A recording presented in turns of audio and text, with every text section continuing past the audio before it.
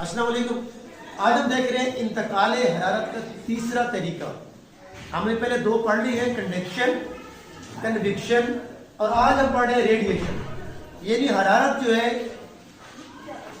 ज्यादा इर्तिकाद इलाके से कम इर्तिकाद इलाके की तरफ जो जाती है, उसके तीन तरीके थे।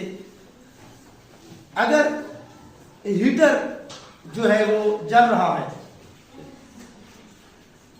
उस हीटर की वो जो ट्यूब होती है उसके साथ हम कोई लोहे का एक रॉड टकरा लेते हैं। जो उसका टकराव हिस्सा होगा वो तो गर्म होना शुरू हो जाएगा। वहां पर जो हरारत के जो मॉलिक्यूल्स होंगे वो उसमें मुंतकिल होना शुरू कर देंगे, लेकिन उसका जो दूसरा सिरा होगा वो तो ठंडा होगा। कुछ देर बाद अगर वो भी गर्म हो जाता है तो ये हरारत जो थी ज्यादा इर्तिकाज वाले इलाके से कम